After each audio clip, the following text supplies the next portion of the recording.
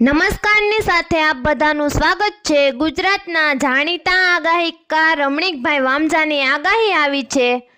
આખી આગાહીની વાત આપણે વિડીયોમાં કરીશું।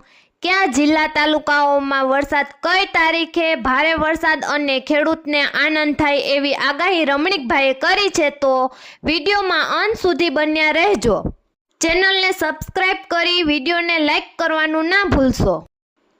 જૂનાગઢ જિલ્લાના વંથલી તાલુકાના અગ્રણી આગાહીકાર રમણીકભાઈ વામજાએ આગાહી કરતા જણાવ્યું છે કે રાજકોટ, અમરેલી, ભાવનગરમાં મંડાણી વરસાદ થશે, તેમજ તારીખ 26 સપ્ટેમ્બરથી હાથીઓ બેસે, જેથી નોરતામાં પણ સમગ્ર ગુજરાતમાં ગાજવીજ સાથે વરસાદ થશે, જેથી શિયાળુ પાક મબલખ થશે તેવું અનુમાન છે।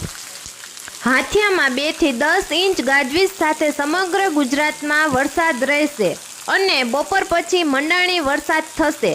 આવો જ વરસાદ 7 ઓક્ટોબર સુધી રહેવાનું અનુમાન છે। તેમજ દશેરા પછી ચિત્રા નક્ષત્ર બેસવાથી અમરેલી, ભાવનગર, સુરત જિલ્લામાં પૂનમ સુધી વરસાદ રહેશે। ખેડૂત મિત્રો આ વરસાદને ઝેરી વરસાદ તરીકે ઓળખે છે, જેમાં કપાસ, જુવાર, બાજરો તથા ફળમાં સીતાફળ, ચીકુને નુકસાન થવાની શક્યતા